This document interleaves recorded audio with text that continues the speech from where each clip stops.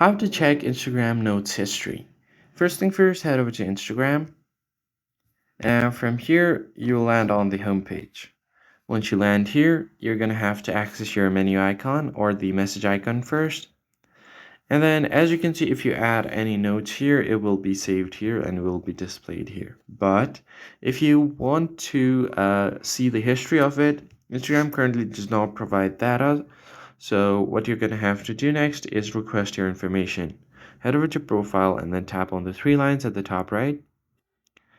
Now from here, tap on account center, your information and permissions. And then here you have an option to download your information.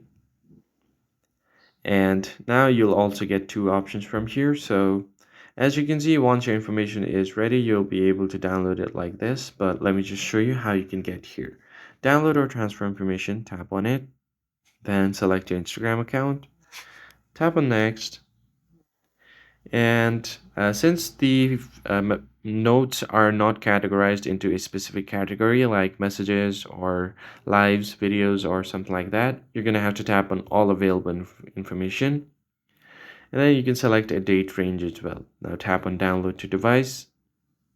Now select date range. So let's say if it was for last month, tap on save and then tap on create files.